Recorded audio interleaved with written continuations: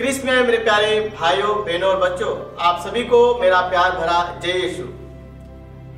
भाइयों बहनों, आज माता कलीसिया खजूर रविवार मनाती है। खजूर रविवार जहां पर हम प्रभु यीशु की पीड़ा दुख पर मनन चिंतन करने के लिए हम उस पर भाग लेते हैं। प्रभु यीशु का वचन कहता है, लूकास के अध्याय 9 वाक्य 51 में कहता है कि अपना स्वर्गारोहण का समय निकट आने पर प्रभु यीशु यरूशलेम जाने का निश्चय करते हैं।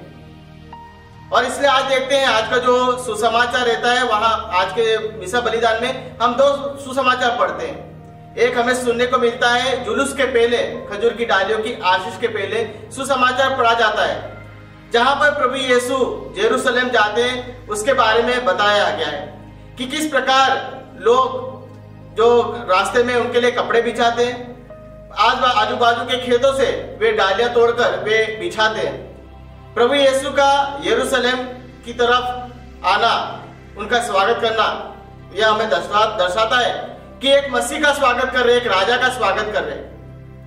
अब हम देखते हैं कि क्यों प्रभु यीशु यरूशलेम की ओर जाते हैं। यरूशलेम जो मंदिर है वो पवित्र मंदिर माना जाता है। लोग वहां आराधना करने आते हैं, पूजा करने आते हैं। लेकिन हम ये भी बाइबल में पढ़ते हैं कि लोग उस मंदिर को अपवित्र करते हैं, वहां पर उसे बाजार बना के रखते हैं।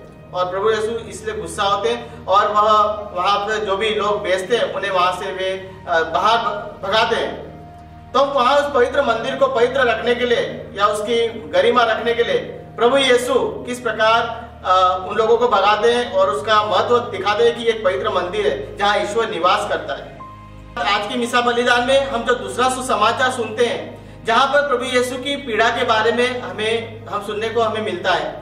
हम देखते हैं कि किस प्रकार लोग जो प्रभु का जय जयकार करते हैं, जो प्रभु का कहते हैं कि दाऊद के पुत्र को होशाना, धन्य है वे जो प्रभु के नाम पर आते हैं, सर्वोच्च स्वर्ग में होशाना। इस प्रकार प्रभु का वे स्वागत करते हैं। पर कुछ ही देर बाद हम इन्हीं लोगों को देखते हैं कि वही लोग कहते हैं कि इन्हें क्रूस दीजिए, इन्हें क्रूस दीजिए। हम देखते हैं कि किस प्रकार प्रभु ने महान कार्य किए। उन्होंने अंधे को दृष्टि दी है, उन्होंने जो गूंगे उन्हें बोलने की शक्ति दी है, जो सुन नहीं सकते उन्हें बहरों को सुनने की शक्ति दी। इस प्रकार प्रभु ने महान कार्य किए और इसीलिए वे उनका स्वागत करते हैं। पर किस प्रकार वही लोग उन्हें उनका अपमान करते हैं, उन्हें वे क्रूस दीजिए कहते हैं। लेकिन प्रभु यीशु जो इस संसार में उनको पता था कि वे किस मिशन के लिए, वे किस कार्य के लिए वह यरूशलेम की ओर जा रहे हैं। वह इसलिए कि ताकि वह हमारे जो पाप है, हमें हमारे पापों से मुक्ति दे सके, हमें हमारा जीवन का वो उद्धार कर सके। तो ये खजूर रविवार हम सभी के लिए एक बहुत महत्व का समय होता है, क्योंकि हम पवित्र सप्ताह में प्रवेश करते हैं और इसीलिए हमें प्रभु यीशु के दुख भोग में, प्रभु यीशु के जो पीड़ा है उसमें हमें अपने आप को पूर्ण रूप से समर्पित करना है, पूर्ण रूप से हमें उन पर मनन चिंतन करना है। क्योंकि हम देखते हैं प्रभु यीशु कोई बड़े महान राजा के रूप में नहीं आते या घोड़ा या तलवार इस चीजों को लेकर नहीं आते, लेकिन वे आते हैं एक बछड़े पे, एक गधे के बछड़े पे बैठकर आते हैं। वो हमें यह दर्शाता है कि किस प्रकार प्रभु अपने आप को एक दास के रूप में बनाते हैं। और इसलिए लिखा है बाइबल में कि वो ईश्वर की बराबरी कर सकते थे, लेकिन नहीं, वो ऐसा नहीं करते। वे अपने आप को दास बनाते और वे ईश्वर के प्रति आज्ञाकारी रहते हैं। उसी प्रकार क्रिस्त में मेरे प्यारे भाइयों बहनों बच्चों, ये खजूर रविवार हम सबके लिए बहुत महत्व का समय है, बहुत अपने आप को अपना जीवन पर मनन चिंतन का समय है, ताकि हम अपने जीवन पर मनन चिंतन कर सके, प्रभु को देख सके कि किस प्रकार उन्होंने हमारे लिए अपने आप को, अपना दुख सहा, अपने पीड़ा सही और अपने आप को उन्होंने कुर्बान किया।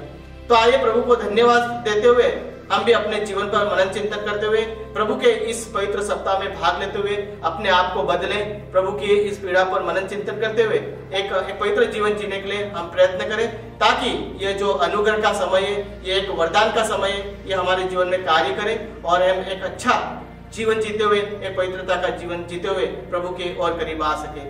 तो इसके लिए हम विशेष रूप से प्रार्थना करें।